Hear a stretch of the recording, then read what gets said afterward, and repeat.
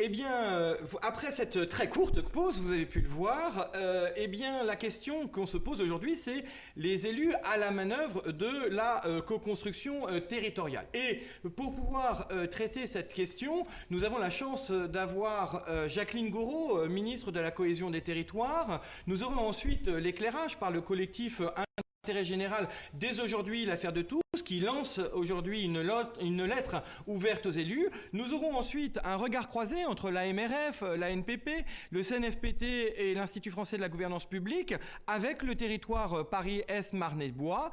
Nous aurons ensuite la présentation du guide pratique, l'appropriation de l'agenda 2030 pour les collectivités par et pour les collectivités territoriales françaises par le comité 21. Et nous finirons par un rapport tout à fait passionnant sur les mutations économiques et le développement des territoires par le CGEDD, dont je vous dirai quel est l'acronyme tout à l'heure.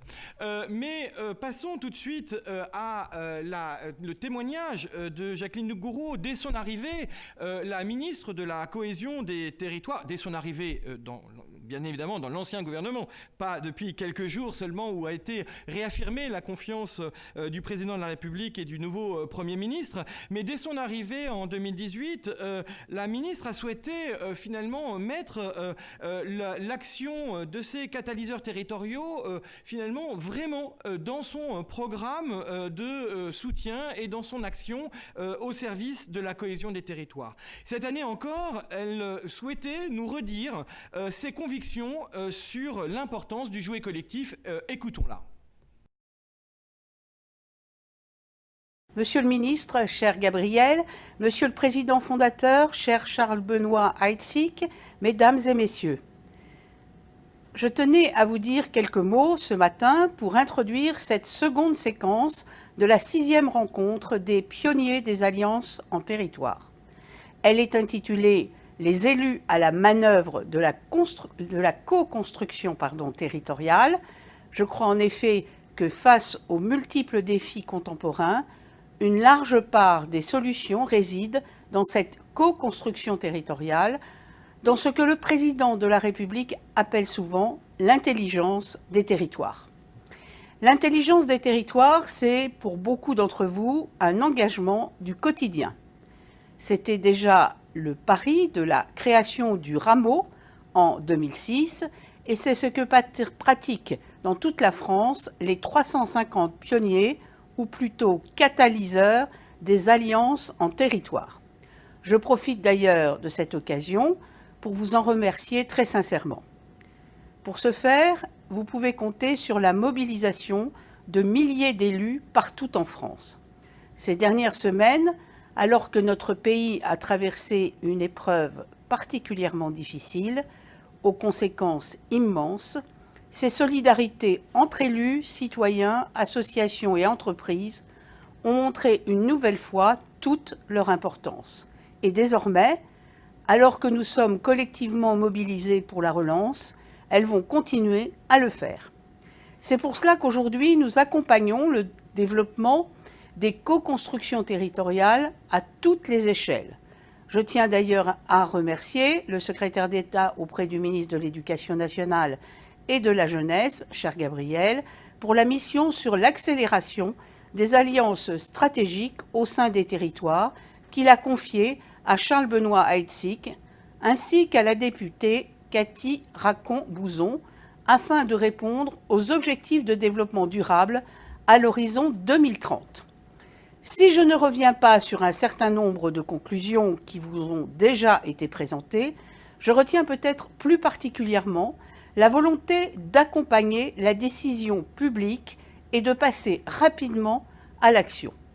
En premier lieu, nous allons travailler avec l'Agence nationale de cohésion des territoires pour repérer et diffuser plus largement les solutions concrètes auprès des acteurs territoriaux. D'autre part, nous travaillons avec Gabriel Attal pour valoriser les territoires engagés, afin de faire se rencontrer le savoir-faire et l'expérience de notre formidable tissu associatif avec une attente très forte de la part des Français. Comme me le disait hier un maire issu de la ruralité, nous sommes tous aperçus durant le confinement, que nous étions tous dépendants les uns des autres. Je crois que nous devons tirer les enseignements de cette période pour valoriser ces initiatives d'engagement de proximité, de solidarité active, qui sont le fait d'acteurs publics et privés engagés dans leur quartier, dans leur commune, sur leur lieu de travail. Nous devons les aider à s'organiser et à se déployer ailleurs. C'est le sens du programme d'appui Territoires engagés que nous sommes en train de construire en lien avec les collectivités territoriales, avec le monde associatif et en lien étroit avec Gabriel Attal. Comme ministre de la Cohésion des territoires et des relations avec les collectivités territoriales, mon objectif est partout le même: accompagner les dynamiques territoriales et faciliter la réalisation de projets sur mesure dans les territoires. Au cœur de mon action ministérielle, il y a en effet cette conviction que des réponses différentes peuvent être apportées en fonction de la singularité des situations. C'est cela que j'appelle le cousu humain. L'État, pour sa part, doit désormais être moins prescripteur qu'accompagnateur. C'est dans cette perspective que le projet de loi dit 3D que je porte a pour objectif de favoriser l'expérimentation comme chemin vers la différenciation. La différenciation territoriale, dont les premiers jalons seront posés par ce projet de loi, est quelque part le nouveau visage de la décentralisation. Concrètement, il mettra fin à la conclusion binaire, c'est-à-dire généralisation ou abandon, au terme des expérimentations, de manière à pouvoir les pérenniser dans certains territoires. Dans un pays construit depuis plus de 2 siècles sur l'uniformisation, c'est bien sûr une petite révolution. C'est également pour mieux accompagner les territoires dans la co-construction de solutions propres que nous allons accélérer la réforme de l'organisation territoriale de l'État. C'est une demande très forte que nous avons perçue tout au long de ces derniers mois. Cela pourrait se traduire notamment par un renforcement du mouvement de déconcentration des moyens, des pouvoirs et des agents de l'État, ainsi qu'une poursuite du chantier de la délocalisation des administrations. Enfin, c'est pour ça que nous avons créé l'Agence nationale de cohésion des territoires, qui incarne, à mes yeux, l'État accompagnateur, c'est-à-dire un État qui outille et accompagne les porteurs de projets sur les territoires pour leur permettre de valoriser leurs atouts. Aussi, alors que les exécutifs municipaux sont désormais en place, partout en France, je veux avoir une pensée particulière pour les milliers de nouveaux élus, leur souhaiter à tous bon courage pour ce mandat qui commence. Ils savent pouvoir compter sur nous pour les accompagner. Vous l'avez compris, je ne me résous pas et ne me résoudrai jamais à la vision d'une France archipélisée, fragmentée ou atomisée. Je crois, pour ma part, aux alliances des territoires et à ceux qui les portent partout dans notre pays. Ces synergies, ces milliers de fils tendus, ce sont évidemment l'ensemble des projets que vous développez. Ce sont aussi, partout en France, les multiples complémentarités et solidarités qui se développent entre les villes et leurs territoires proches et plus lointains. Déplacement facilité, autonomie alimentaire, économie circulaire, etc., ainsi qu'entre les territoires, entre eux. Oui, tous ensemble, continuons de faire en sorte, pour reprendre la célèbre formule d'Isaac Newton, de construire entre nous toujours plus de ponts et toujours moins de murs. Je vous remercie.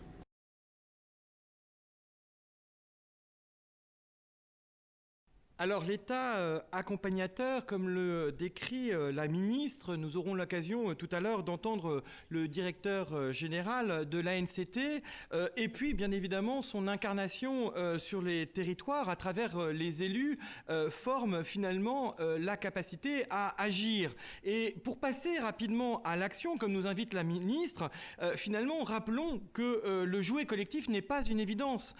Il nous faut collectivement apprendre à faire alliance, qui n'était pas forcément la méthode préalablement, et nous voulions rappeler que les élus ne sont pas seuls pour relever ce défi collectif. C'est tout le sens de la lettre ouverte aux nouveaux élus locaux que le collectif Intérêt Général, dès aujourd'hui l'affaire de tous, a souhaité finalement apporter à ces élus en début de leur mandat.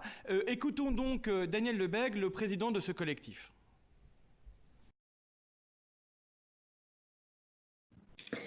Bonjour Daniel Lebègue. Bonjour. Vous êtes président du collectif Intérêt Général dès aujourd'hui l'affaire de tous. Ce collectif regroupe 23 organisations et chemine depuis 2014 pour éclairer les mutations de l'intérêt général en France. Le collectif publie une lettre aux nouveaux élus sur le jouet collectif en territoire. Alors, pourquoi publier une lettre aux nouveaux élus? Les crises que nous venons de vivre, la crise des Gilets jaunes, celle du Covid-19, a mis en évidence le rôle tout à fait essentiel des élus locaux et en particulier des maires dans la gestion de crise et aussi dans la recherche de réponses durables aux grands défis de notre vie collective, la révolution du numérique, la lutte contre le réchauffement climatique, le renouveau de notre vie démocratique, le pacte social, la solidarité. La prise de conscience du rôle imparti aux élus est là. Parmi les nouveaux élus, mais aussi parmi beaucoup d'anciens élus, de maires qui ont été réélus dans toute la France. Mais dans le même temps, la plupart de ces élus ont conscience qu'ils ne peuvent pas agir seuls ou dans un face-à-face exclusif avec l'État. Ils doivent construire des partenariats, des alliances avec d'autres acteurs publics, les préfets, l'éducation nationale, la communauté scientifique, avec le monde de l'entreprise, avec les associations et de manière plus large, des alliances avec les citoyens pour élaborer, mettre en œuvre des politiques publiques qui correspondent, qui répondent à l'intérêt général. Voilà le constat qui est le nôtre. C'est ce constat qui a conduit le collectif, l'intérêt général, l'affaire de tous, à prendre l'initiative de s'adresser aux élus communaux, intercommunaux, et mettre à leur disposition, en open source, un ensemble d'outils d'ingénierie qui ont été élaborés, expérimentés par nos organisations depuis une dizaine d'années maintenant. Et des outils qui ont apporté la preuve, nous semble-t-il, de leur utilité, de leur efficacité. Ça marche. Nous mettons ces outils à leur disposition sous forme de... On a une liste de kits pratiques, de webinaires, de formations, et nous leur disons, les outils existent. Les acteurs publics et privés sont prêts à s'engager avec vous. Eh bien, le moment est venu de vous emparer de ces outils, de les faire vivre pour recréer cette dynamique de l'intérêt général, du bien commun dont on a plus que jamais besoin après cette période, ces années de crise. Voilà le message qui est le nôtre. Merci beaucoup Daniel Lebègue. Merci. Rappelons que votre témoignage sera diffusée lors de la 6e rencontre des pionniers des Alliances en territoire le 8 juillet prochain, et qu'à cette occasion, les élus auront l'occasion du coup d'entendre votre message et on l'espère de se l'approprier. Merci beaucoup. Merci. Alors, Daniel Lebègue l'a parfaitement rappelé, des données, des outils, des compétences, et bien évidemment les 350 catalyseurs en sont l'illustration. Les territoires sont outillés, mais la question aujourd'hui majeure, c'est finalement au service de quoi et quelle est l'impulsion, quel est le cap qui va être fixé par les nouveaux élus. Alors je me tourne vers vous, Élodie, parce que peut-être avant d'écouter les élus eux-mêmes, faut-il faire un bref état des lieux du point de vue de l'ensemble de nos auditeurs sur où en sommes-nous de cette capacité à co-construire territorialement parlant. Alors comme pour tout à l'heure, on aimerait que vous puissiez participer à cette journée. Donc comme tout à l'heure, je vous le disais, il suffit de prendre votre téléphone ou votre ordinateur, d'aller cliquer sur l'adresse wisambly.com, celle qui s'affiche en haut à gauche de votre écran, et de renseigner le mot de passe rencontre 2020. Donc on a une question à vous poser et on aimerait que vous y puissiez y répondre. Pensez-vous que le jouet collectif est source d'innovation, plutôt pour un développement économique durable, plutôt pour réduire les fragilités, pour les deux ou pour aucun des deux? Donc la question c'est, pensez-vous que le jouet collectif est source d'innovation, soit plutôt pour un développement économique durable, plutôt pour réduire les fragilités, pour les deux ou pour aucun des deux? Et une fois que vous aurez répondu, on aura bien sûr les résultats qui s'afficheront tout à l'heure. Merci en tout cas. Alors les élus à la manœuvre, merci beaucoup à Stéphane Privé qui est le fondateur de l'Institut français de la gouvernance publique d'avoir accepté d'animer cette table ronde auquel nous avons la chance de pouvoir voir participer Bernard Morillo qui est président du pays de Ray et qui représente l'ANPP. Nous avons la chance aussi d'accueillir Pierre Miraudot qui est conseiller municipal délégué à la ville de Charenton et conseiller du territoire Paris-Est Marne-et-Bois. Le territoire Paris-Est Marne-et-Bois nous témoignera finalement de cette capacité à co-construire localement après le territoire rural, les territoires urbains. Nous aurons la joie d'accueillir aussi Bernard Alix qui est chef de projet développement des pratiques pédagogiques au sein du CNFPT. Et malheureusement, nous devons excuser Pierre Donadet qui représentait l'AMRF qui a eu un contretemps et ne peut pas être avec nous ce matin. Stéphane, la parole est à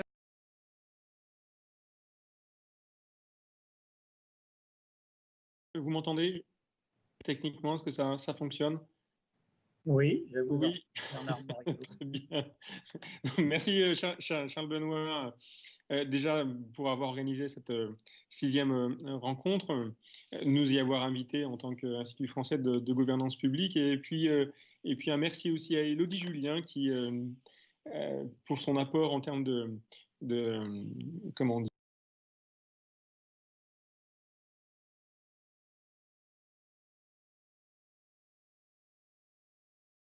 avant de commencer. Donc, nous sommes réunis là pour une table ronde sur la thématique, vous l'avez rappelé Charles Benoît, les élus à la manœuvre de la co-construction territoriale. J'ai presque envie de dire que la question, elle est bien sûr celle de l'implication des élus, mais elle est celle de l'implication des collectivités territoriales dans ce binôme, dans ce diptyque un peu particulier que sont les élus d'un côté et les professionnels de l'autre, hein, leurs directeurs généraux des services, mais dans les intentions consistant à créer des synergies, des alliances à l'échelle des territoires. J'ai envie de dire que ça ne peut pas fonctionner, ou en tout cas ça ne peut fonctionner que de façon pas optimisée. Voilà, donc je pense que c'est quelque chose qui est tout à fait intéressant.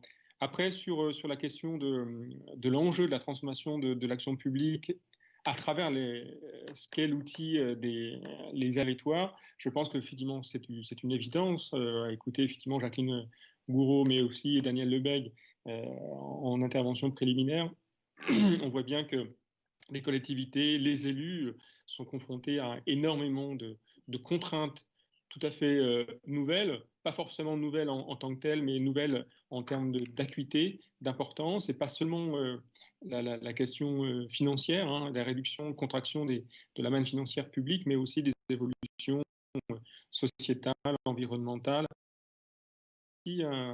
pas un handicap, mais quelque chose qu'il doit être accompagné pour justement aider à la transformation de l'action publique, peut-être aussi en tenant compte davantage, et peut-être d'ailleurs, comment dire, au cœur même, en tenant davantage compte du besoin des administrés, de nos concitoyens dans leur attente vis-à-vis des collectivités territoriales, dans leur capacité à pouvoir répondre à leurs attentes en proximité et en connaissance, en bonne connaissance.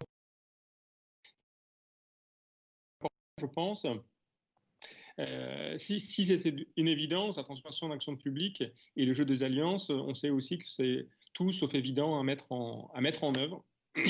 Pour X raisons, je passe rapidement sur cette dimension-là, et qu'il faut, de notre point de vue, du point de vue de l'Institut français de gouvernement, offrir des moyens pour accompagner à la fois les élus, mais aussi les collectivités dans leur transformation. Voilà. Je veux pas être plus long, l'objectif étant d'avoir des choses qui soient, des solutions qui soient concrètes, opérationnelles, pour obtenir de l'agilité, de la frugalité dans la mise en œuvre des politiques publiques. Et quand je dis politique publique, c'est pas seulement réduire cette action-là à la seule action des collectivités territoriales, mais l'action, j'ai envie de dire, de tous les acteurs au niveau d'un territoire, voire même au niveau d'un bassin de vie qui me semble être une entité sans doute plus cohérente en termes de contingence, d'attente, de besoins des administrés, du point de vue de... Ça n'est jamais que de satisfaire le besoin de nos concitoyens. Voilà, en élément pas de cadrage, mais d'introduction que je souhaitais effectivement indiquer. Alors, Charles Benoît, Élodie, je ne sais pas comment vous souhaitez que les interventions se fassent, dans quel ordre, sans doute en suivant le déroulé que vous m'avez indiqué, avec peut-être Bernard Morillo en première intervention. Je suis Chacun des intervenants. D'accord. Donc, Bernard Morillo, donc vous êtes président du pays de Retz, c'est ça, la prononciation? Oui, parce que évidemment, j'allais dire Retz. Et l'idée, c'était que vous puissiez intervenir sur l'utilité d'un cadre commun issu de la pratique du terrain, avec effectivement votre vision très concrète et opérationnelle. Oui, peut-être. Bonjour à toutes et à tous. Vous m'entendez correctement? Oui, ça va? Très bien. Bon, donc, comme vous le disiez, je suis du pays de Retz. Alors, le pays de Retz, c'est quoi ce pays de Retz? C'est le pays entre Nantes, la côte atlantique, Saint-Brévin-Pornic, le sud de l'estuaire de la Loire et le lac de Grandlieu. Voilà, ça vous situe les choses peut-être géographiquement, qui est un pays rural, mais qui subit de fortes influences, forcément, de la proximité d'une grande métropole et une influence aussi touristique par la côte atlantique.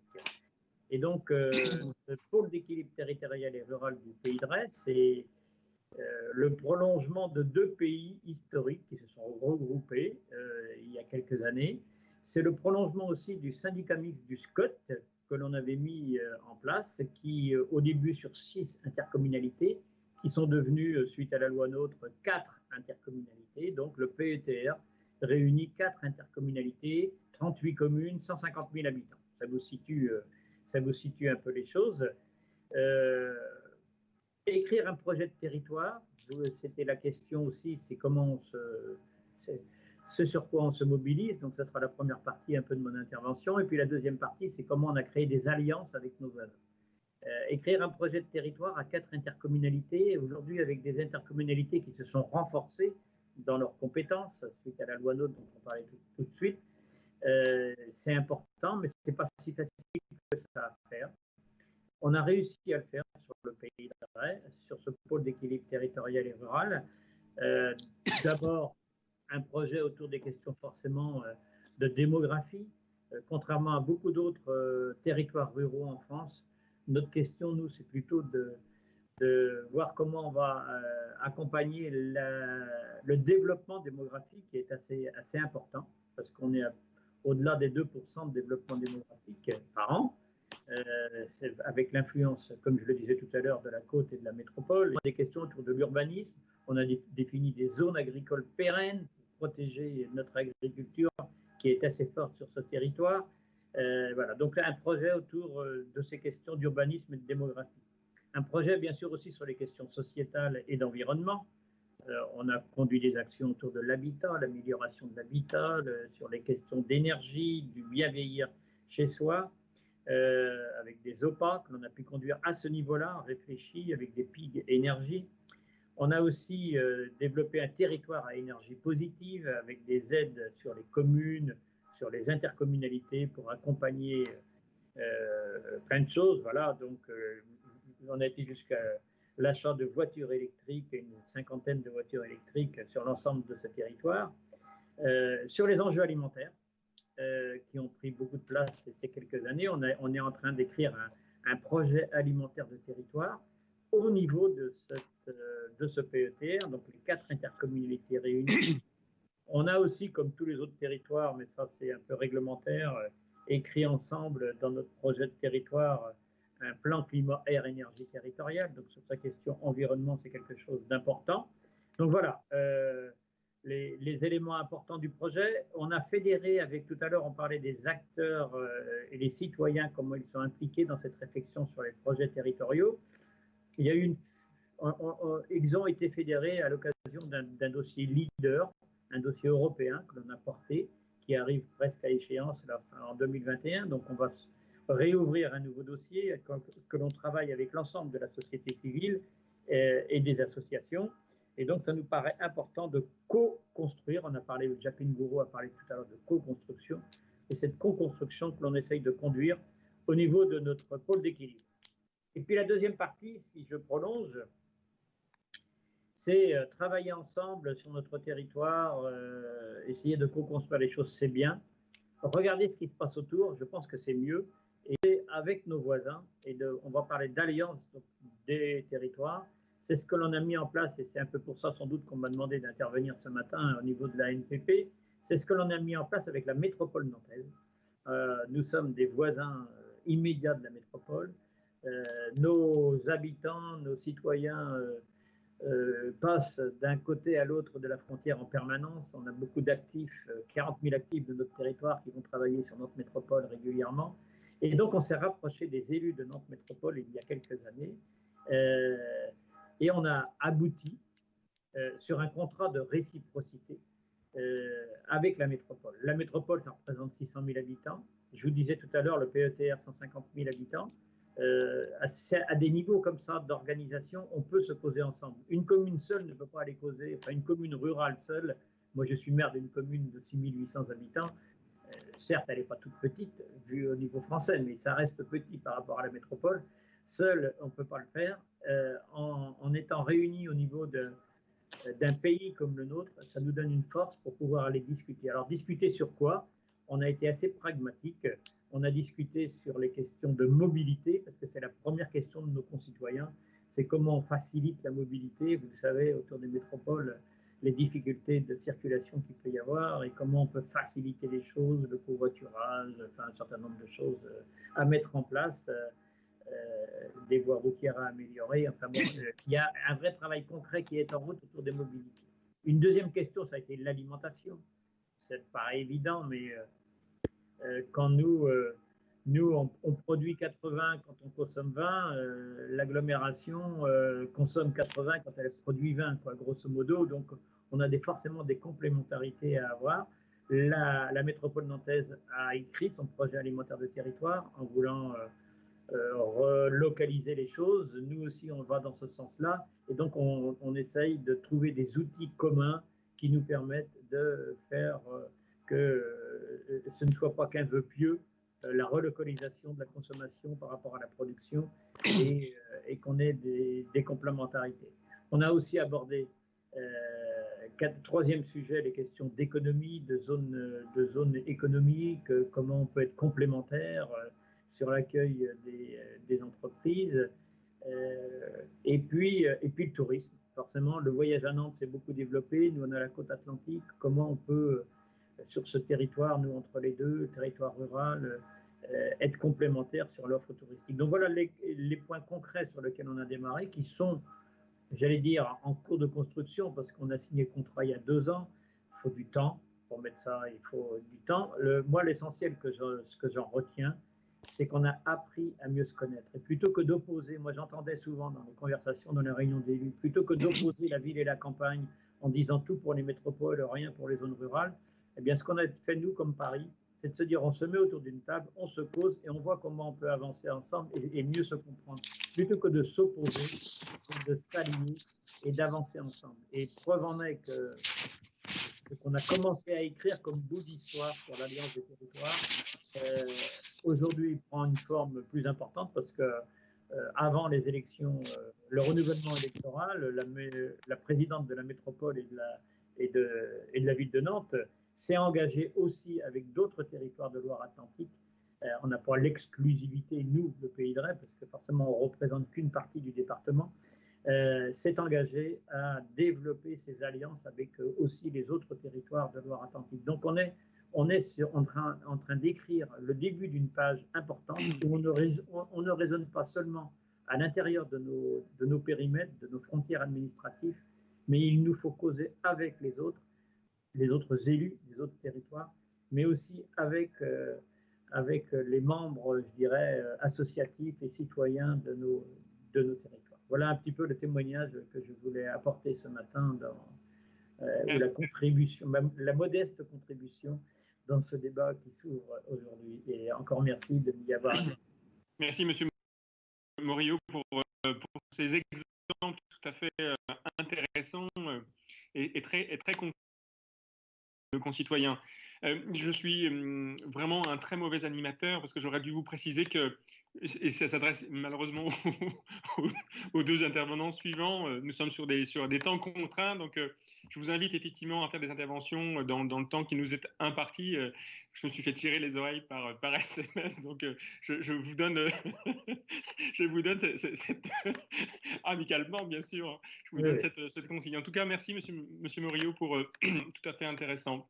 Peut-être pour suivre le déroulé, donner la parole à Monsieur Miraudot, qui est donc conseiller municipal délégué à la ville de Charenton-le-Pont et conseiller des territoires Paris-Est, Marne et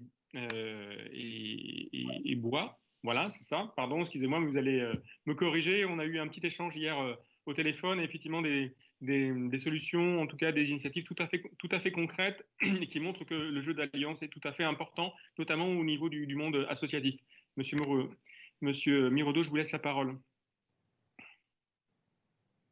Oui. C'est bon. Vous entendez ?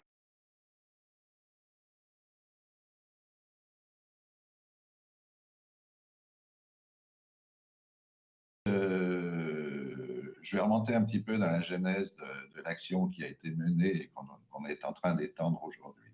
En 2010, Charenton est en communauté de communes avec la ville voisine de Saint-Maurice, un bassin de population de 45 000 habitants, et on avait souhaité, accompagné par le hameau, créer un dialogue pour essayer, avec les associations, avec les entreprises, essayer de solutionner des problématiques. Le 12, un groupe de travail qui comprenait à peu près 140 intervenants s'est réuni régulièrement pour aboutir à un projet dans le cadre d'une dynamique qui s'appelait Agir ensemble sur le territoire. On a abouti à un projet de co-construction avec le lycée du territoire, avec le club d'entreprise et donc la ville, pour une action qui s'appelle « Quand élèves entreprises se rencontrent » et qui s'adresse à l'ensemble des élèves de seconde du lycée, y compris les secondes professionnelles. L'idée était de faire découvrir un petit peu aux élèves le monde de l'entreprise et d'atténuer un peu la barrière qui existe entre le monde de l'entreprise et le monde de l'éducation nationale. Donc cette action existe maintenant depuis 2014. Elle se fait en 3 phases qui sont une première phase où on forme un petit peu au niveau de la direction de l'économie et de l'emploi les enseignants à ce qu'est un CV, une lettre de motivation. On les fait maintenant rencontrer les entreprises pour que les premiers contacts s'établissent. Ensuite, il y a une deuxième phase qui est une intervention dans chaque classe avec un ou deux professionnels qui viennent parler de leur entreprise, voilà, du cursus qu'ils ont suivi. Et la troisième phase qui pour nous est très importante est une phase où les élèves en groupe vont aller interviewer un professionnel, une entreprise et rendre cette interview sous toute forme, vidéo, bande dessinée, autre, et qui donne un concours où les 3 meilleures interviews de chefs d'entreprise vont recevoir un prix à l'occasion le lycée s'appelle le lycée Schumann, à l'occasion d'une cérémonie qui est la remise des Schumann, qui malheureusement n'a pas pu, avec le confinement, se tenir cette année, donc pour la 6e année du projet. Il faut savoir qu'on touche à peu près chaque année environ 250 élèves.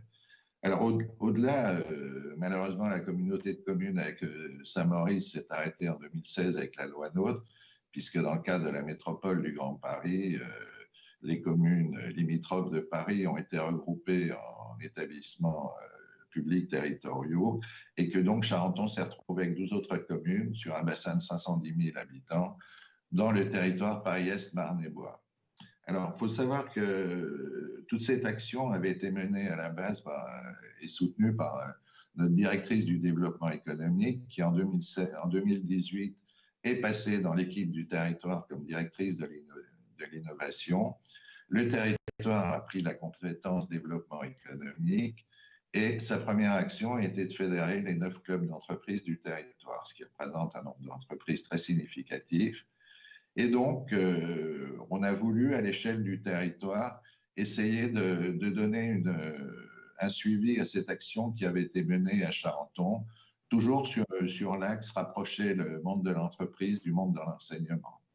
Donc, on a créé un collectif qui regroupe à la fois le territoire, enfin, j'y suis comme élu, il y a également la Chambre de commerce, il y a le MEDEF, il y a des représentants de l'éducation nationale, enfin, divers partenaires qui nous ont amenés à la fin de l'année dernière à réunir plus de 100 personnes pour leur expliquer cette démarche. Alors, cette démarche a pris un nom qui s'appelle VitaWin et à ces 120 personnes, on leur a expliqué ce qui s'était passé à Charenton, on a expliqué les difficultés qui existaient entre le rapprochement entreprise-enseignement. Et après cette réunion, 3 groupes de travail ont été constitués pour voir sur quel axe on peut intervenir. L'axe principal qui est ressorti de tout ça est un axe action et projet. Et donc, il n'est pas question de dupliquer sur d'autres communes, bien évidemment, à l'identique, ce qui se fait à Charenton, mais à travers l'importance des entreprises regroupées dans 9 clubs d'entreprises et à travers la mobilisation d'associations qui tournent autour de l'insertion professionnelle des jeunes, ainsi que collèges, représentants de collèges et lycées, de voir quelles actions pouvaient être menées en les adaptant localement en fonction des projets qui pouvaient être constitués. Voilà, et donc c'est malheureusement la crise sanitaire a un peu interrompu cette dynamique, mais une première action va être menée au mois de juillet, dans les jours qui viennent, à Champigny, dans un quartier prioritaire de la ville, autour de ce qu'on appelle les vacances apprenantes, où notre collectif VitaWin et donc le territoire va participer activement. Voilà ce que je pouvais dire. Alors, je dirais que l'élu, que ce soit au niveau local, maintenant au niveau territorial, est pour moi primordial parce que l'élu est un facilitateur. Il a à la fois les relations avec les uns et les autres, il peut mettre en contact les uns et les autres et surtout, il peut impulser la dynamique pour que ces opérations puissent continuer et se développer. Monsieur Miroudot, merci pour ce témoignage. Je retiens tout à fait intéressant, effectivement, comme principe. Monsieur Alix, vous êtes chef de projet de la mission développement des pratiques pédagogiques au CNFPT. Je vous laisse la parole justement pour éclairer le fait que entre la volonté des élus et aussi celle des ressources au niveau des administrations. Souvent, les collectivités et les élus ont besoin d'être peut-être accompagnés, ou en tout cas d'avoir un soutien qui leur permette de concrétiser un certain nombre d'initiatives, d'idées qu'ils souhaitent mettre en œuvre. Merci à vous pour votre invitation. Alors, mon propos devrait tenir en 3 minutes 30, hein, donc je pense que ça devrait vous convenir. En préalable, je voudrais juste rappeler que le CNFPT a l'art de formation donc, sur ce champ, sous la responsabilité de notre pôle de compétences, donc piloté par ma collègue Mathilde Van der Rusten. Et que le CNPT n'a pas vocation jusqu'à aujourd'hui à accompagner véritablement les élus, même s'il y a des échanges qui se construisent avec l'AMF en ce moment, le président, pour effectivement aller questionner comment articuler en tous les cas les agents territoriaux et les élus de leur action. Je pense que ça peut être une piste intéressante. Alors, mes propos viseront donc à dégager quelques pistes de réflexion sur l'accompagnement de ce jouet collectif que vous évoquez, à partir d'enseignements de la crise sanitaire que nous venons de vivre sur les territoires, et notamment qui ont émergé ces enseignements à partir de connecteurs de recherche que nous avons organisés et animés avec notre partenaire de la FIN, connecteurs de recherche qui participent à associer des chercheurs et des praticiens territoriaux pour questionner les thèmes, notamment autour de la démocratie, des organisations territoriales, autour du management en situation de crise. Et donc connecteurs qui se sont développés donc sur notre site de riposte créative territoriale proposé par notre laboratoire d'apprentissage et encore une fois piloté par notre collègue Cécile Joly. Voilà pour positionner un petit peu mon propos par rapport à l'institution. Alors, ce que je pourrais vous dire, c'est que en fait l'impact d'une crise, c'est notamment finalement de mettre en évidence les logiques fondatrices des difficultés ou des dysfonctionnements qui adviennent et qui demandent à être reconsidérés.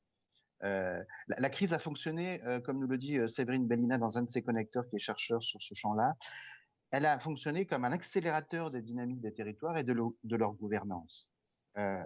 Les collectivités, finalement, se sont révélées, comme le nous disait aussi Peggy Cancale, une DGS de la ville de Bègles, comme des entités protectrices et porteuses de ressources vitales, favorisant justement l'émergence, par exemple, de réseaux de résistance démocratique, culturelle et demain encore plus sur le champ économique et social. Au regard des territoires, en fait, les collectivités ont été confrontées, c'est ce que l'on a pu constater, grâce à l'engagement notamment des élus que vous venez d'inviter et des agents territoriaux, sur deux rôles tels que justement M. Miroudot venait de le préciser, dans un rôle de facilitation et un rôle d'animation, facilitation autour de la co-construction, de la coproduction, de la coopération, et donner une âme en cela, l'enjeu, et c'est aussi la charge forte des élus, c'est de donner une âme au territoire, d'y participer. Le rôle majeur, donc, est de contribuer à ce qu'on pourrait appeler des territoires capacitants. Elles doivent donc, ces collectivités territoriales, mobiliser, proposer des conditions de transformation des dispositions et des ressources des habitants, des acteurs, de toutes les parties prenantes, associations, entreprises, etc., justement du territoire, afin de leur développer leur pouvoir d'agir. Et c'est très bien ce qu'a démontré justement M. Morillo à l'instant également. Alors, il aurait donc nécessaire finalement de faire évoluer aussi une posture qui doit être, et c'est déjà largement engagé, moins en situation de surplomb normatif, comme l'État peut l'être encore à bien des égards, moins prescriptif et moins centré sur des démarches descendantes pour favoriser l'autonomie, favoriser l'auto-organisation et l'engagement de l'ensemble des acteurs. Vraiment cette idée que cela signifie globalement de l'horizontalité organisationnelle pour les collectivités territoriales, c'est de l'ouverture à l'altérité, à l'incertitude, c'est de la décentration, c'est développer l'interdépendance, comme le rappelait le ministre tout à l'heure, qui n'est pas la somme de démarches individuelles, c'est développer de l'agilité, de développer de la résilience, en un mot, de développer de la plasticité pour mieux accompagner justement les territoires. Alors, en termes finalement de formation et d'accompagnement, il s'agit donc pour les collectivités de s'inscrire dans des postures de médiation et non pas d'intermédiation. Il ne s'agit plus d'être en fait des termes de référence il s'agit moins d'être des ponts que des points qui permettent de faire alliance et de s'inscrire dans l'intérêt général. Donc les organisations territoriales, elles doivent être plus seulement conçues comme des systèmes opératoires techniques, mais comme des systèmes sociaux, culturels, symboliques, porteurs d'un imaginaire, et notamment celui des territoires à travers l'esprit des lieux singuliers de chacun. Et donc, au-delà de la seule gestion, les collectivités doivent de plus en plus s'ouvrir, notamment en interne, sur une logique ou une dimension qui serait de l'ordre de la dimension psychosociale. Alors, justement, aussi... Monsieur Alix... Je vais juste conclure. Donc, l'idée, c'est effectivement de développer de la coopération, de jouer en collectif, mais cela, ça ne se décrète pas. Et ça, c'est l'essentiel de mon message. Ça serait de dire qu'en fait, on ne désire pas une chose parce qu'elle est bonne, comme le disait Spinoza, mais c'est parce qu'on la désire qu'elle est bonne. Et l'enjeu, c'est donc de désirer la coopération et non de la prescrire. Et donc, pour cela, il faut non pas seulement transmettre des outils, cela ne suffirait pas. Il faut les faire vivre, les incarner, et il faut développer l'appétit de coopérer. Et pour ce faire, la condition, c'est de situer les agents territoriaux dans des actions qui vont favoriser justement leur pouvoir d'agir et leur réussite dans ces situations de coopération. Donc ça demande un retournement, comme l'évoquait justement tout à l'heure l'une de vos intervenantes, autour de partir de l'expérience, être dans la déconstruction, se confronter à des savoirs pour justement être dans l'expérimentation. Et donc tout cela, ça demande du débat, ça demande effectivement de laisser l'émergence d'initiatives. Et pour finir, la crise a permis justement de développer ces opportunités, mais il ne faut pas oublier que justement ce qui est important, c'est justement la réflexivité, le retour sur expérience et confronter donc les apprentissages justement pour permettre une évolution dans les postures, notamment des agents territoriaux, pour accompagner ces dynamiques beaucoup plus horizontales. Merci, Monsieur Alix. Merci beaucoup à tous les quatre. C'était absolument passionnant et on voit que les élus sont déjà à la manœuvre, donc tous ceux qui ont douté encore finalement sont rassurés et je crois que c'est vraiment le motto de cette journée, c'est de voir que dans tous les milieux aujourd'hui il y a cette envie, cette appétence à dépasser les frontières pour travailler ensemble et vous l'avez rappelé finalement la légitimité, peut-être la priorité de l'élu, c'est d'impulser, de donner le cadre qui donne envie et j'ai beaucoup aimé bien évidemment la phrase de Spinoza qui nous donne un cadre. Alors finalement, Élodie, nous avons posé une question interactive sur l'innovation. Alors, qu'est-ce que vous nous dites sur la question est-ce que le jouet collectif est source d'innovation? Vous êtes à 93% à nous dire que c'est pour un développement économique durable et pour réduire les fragilités. Et puis, dans une moindre mesure, très très moindre mesure d'ailleurs, uniquement sur le développement économique durable. Et certains d'entre vous considèrent que c'est pour aucun des deux, ni pour le développement économique durable, ni pour réduire les fragilités. Mais une majorité d'entre vous voit bien que le jouet collectif, c'est à la fois pour le développement économique durable et la réduction des fragilités. Alors je remercie ceux qui ont dit aucun des deux, les 3%, parce que effectivement, il faut vraiment faire la preuve par l'action. Il faut l'avoir vécu, il faut la démontrer. Et finalement, ce que évoquait Daniel Lebec sur l'importance d'outiller les territoires en matière d'ODD, eh bien, peut-être que ce travail de pédagogie, de capitalisation, de co-construction pour valoriser ce qui existe déjà, eh bien, il s'incarne très très concrètement à travers un magnifique guide qui a été fait par le comité 21 sur l'appropriation de l'agenda 2030 par les collectivités françaises. C'est vraiment un outil absolument essentiel et nous vous invitons à le consulter.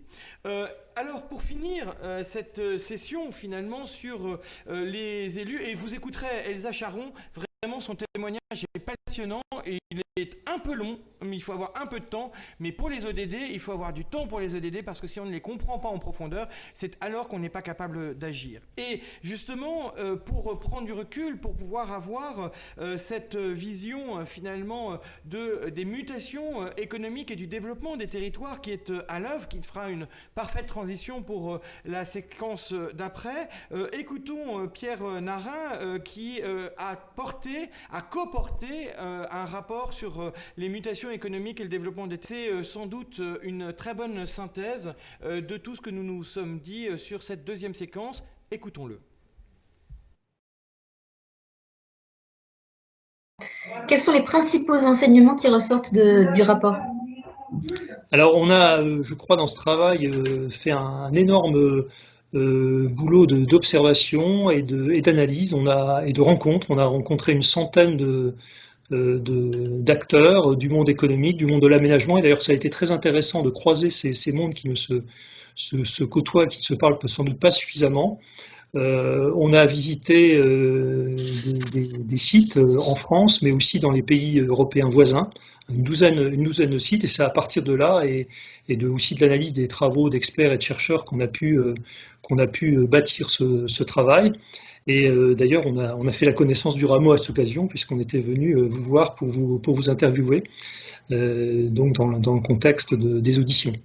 Il faut aller à l'essentiel, donc je dirais les grands traits, les grands constats qu'on a fait, c'est que au fond le modèle dit du ruissellement, hein, c'est-à-dire les métropoles se développent et entraînent les territoires avoisinants et finalement toute la France dans le développement ne fonctionne pas. Il faut plutôt imaginer un modèle dans lequel chaque territoire va se prendre en charge lui-même. On a aussi constaté que parmi toutes les mutations économiques, il y a la transition numérique, il y a les transitions générationnelles, c'est vraiment la transformation écologique des territoires qui est et qui va être dans les prochaines années l'élément le plus structurant des mutations. C'est donc autour de ça que doit se bâtir une nouvelle politique des territoires. Et puis, on a constaté que finalement, il y avait un enjeu considérable qui était dans le recyclage des espaces économiques existants, que ce soit les grands bassins industriels, que ce soit aussi les zones d'activité, les friches polluées. Et finalement, l'actualité nous a rattrapés, puisque depuis quelques mois, le gouvernement réfléchit à la question du zéro artificialisation et de la manière dont on peut, pour atteindre cet objectif, porter tous les efforts sur le recyclage et la remise sur le marché des espaces existants, et notamment dans le domaine, pour tout ce qui concerne les espaces économiques. Voilà, donc nous avons bâti tout un ensemble de propositions qui portent justement sur l'organisation de l'ingénierie permettant aux territoires de se prendre en charge. Nous pensons qu'effectivement, il n'y a pas de territoire désespéré, il y a des territoires qui réussissent plus ou moins.